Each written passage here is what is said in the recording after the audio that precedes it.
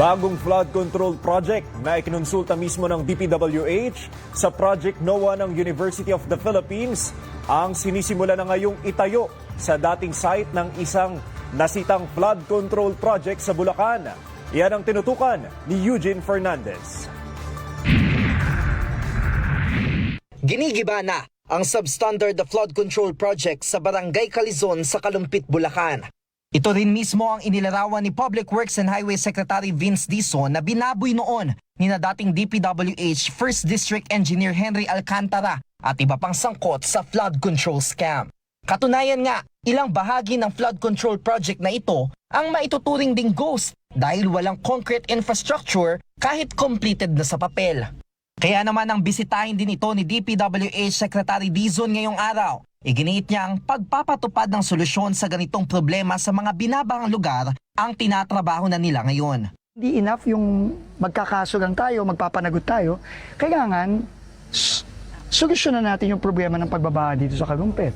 So ang gagawin natin dito, yung dati na ginawa, na useless naman, gigibain natin yon at gagawa tayo ng panibago. No? Gagawa tayo ng panibago, gagawa tayo ng tama.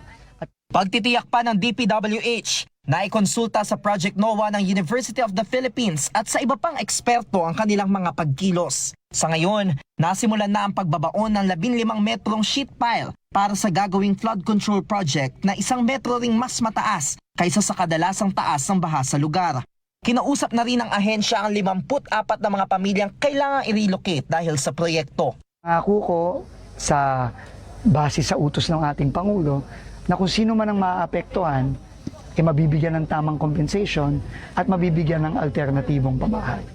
Makipagtulungan po tayo, kailangan gawin na po natin ito ng tama. Bukod dito ay mayroon ding hiwalay pang aksyon para sa pansamantalang tugon sa kadalasang baha habang hindi pa natatapos ang buong proyektong ito. Sa lahat, nagpapasalamat po tayo sa ating Pangulo at kay Sec Vince dahil tinututukan po nila yung problema natin sa baha ng matagal na.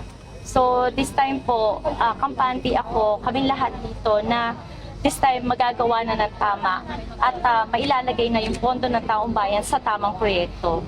Inaasahan namang mapakikinabangan ng halos 3,000 residente ang proyekto na target matapos sa March 2027.